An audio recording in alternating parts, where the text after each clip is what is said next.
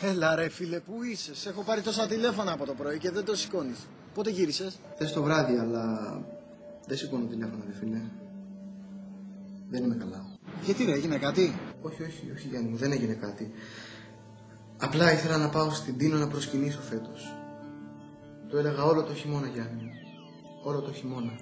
Και δεν πήγα. Είμαι πολύ απογοητευμένος από τον εαυτό μου. Εντάξει ρε φίλε, θα πας του χρόνου. Οπωσδήποτε, του χρόνου δεν το συζητάω. Πρώτα ο Θεός να είμαστε καλά. Να είμαστε καλά και πας του χρόνου.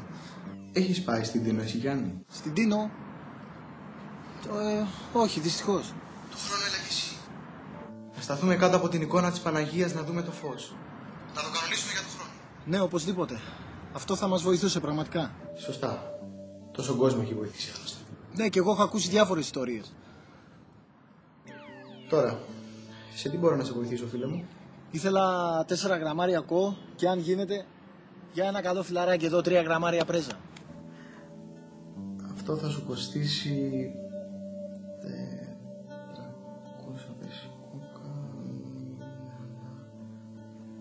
400 ευρώ. Το έχω το μαρούλι. Ωραία. Σε 15 λεπτά θα στα στείλω από εκεί με τη χαρά. Εντάξει, Γιάννη μου? Ναι.